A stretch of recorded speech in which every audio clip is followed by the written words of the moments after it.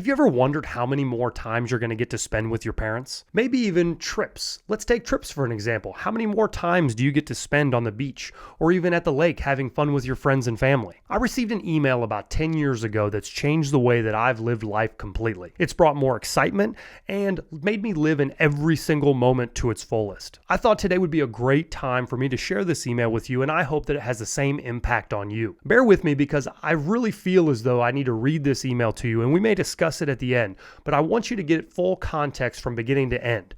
It's a little bit wordy in the beginning, but I promise you, as we move through the email, you'll see tons of graphics and things that'll show you exactly how many more times you have to live these extravagant events in your life, and it will help you not take anything for granted. Let's get started.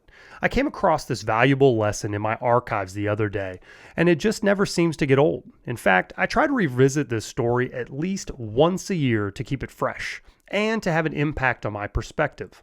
A good friend of mine who has been the CEO of a couple of our nation's largest corporations has often passed along some interesting analogies. One that has always struck in mind is his perspective and view in the regard to just how short and fragile life really is. He often says things like, "I have to make this Christmas count." Statistically, I only have about 12 left in me, or I really want to enjoy this round of golf since the odds are I will only play this course 2 more times in my lifetime. Some of our friends find his comments extremely odd and even somewhat morbid, but he believes it forces him to recognize the importance of each moment and every single day. Below are a few of the highlights. I encourage everyone to read the article in full detail when you get a chance. I hope it makes us stop and think. So here you'll see a 90-year human life depicted in diamonds. It seems as though there's an awful lot of life to live.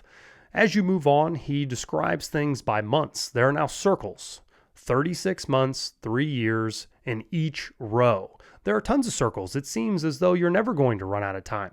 Books. Not counting Wait But Why research, I read about 5 books a year. So even though it feels like I'll read an endless number of books in the future, I actually have to choose only 300. Of all the books out there to read and accept, that all sign off for eternity without knowing what goes on in all the rest. And here's a great graphic that shows you all the books that he'll read in his lifetime.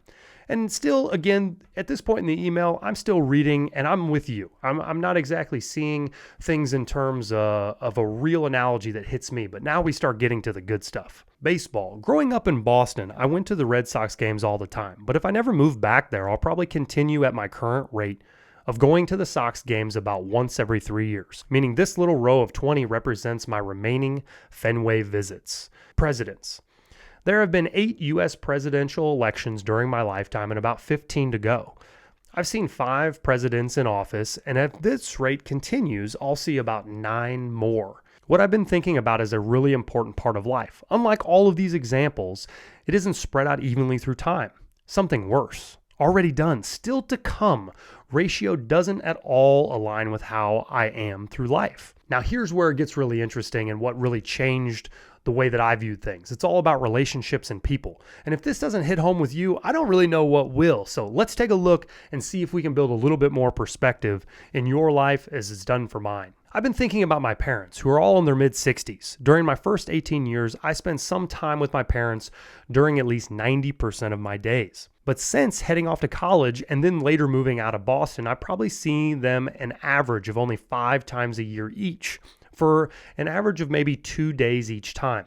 10 days a year. About 3% of the days I spent with them each year of my childhood. Being in their mid-60s, let's continue to be super optimistic and say I'm one of the incredibly lucky people to have both their parents live into my 60s. That would give us about 30 more years of coexistence. If the 10 days a year thing holds, that's 300 days left to hang out with my mom and dad.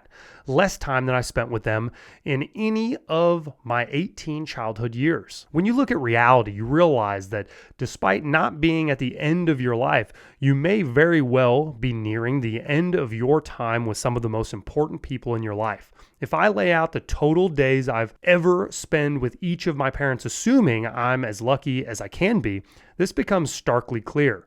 The black and white images at the end of the graphic below are the days Tim has figured he has left to spend with my parents if things continue on their current path, and he's lucky enough to see them both live to 90. It turns out that when I graduated from high school, I already used up 39% of my in-person parent time. I'm now enjoying the last 5% of the time. We're in the tail end.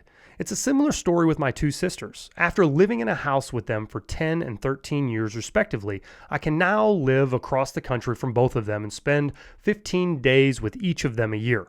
Hopefully that leaves us with about 15% of our total hangout time left. The same goes for old friends. In high school, I sat around playing hearts with the same 4 guys about 5 days a week. In 4 years, we probably racked up 700 group hangouts.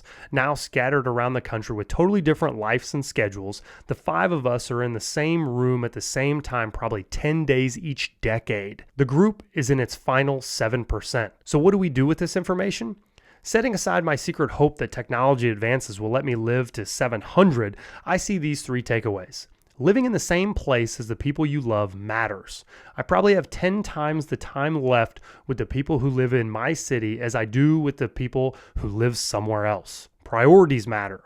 Your remaining face time with any person depends largely on where the person falls on your list of life priorities. Make sure this list is set by you, not by unconscious inertia. Quality time matters. If you're in the last 10% of the time with someone you love, keep that fact in front of your mind when you're with them and treat the time as what it actually is, precious. Now, I don't know about you, but that email hits home with me.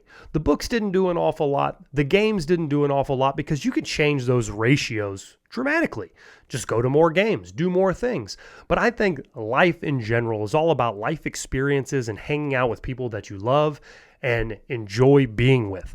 And when you put this into perspective about your parents and how much that you're really not going to be with them, it is true. The farther you live away from your parents, the less time you get to spend with them. Don't get me wrong, you have FaceTime and different mediums that can kind of put you in front of somebody.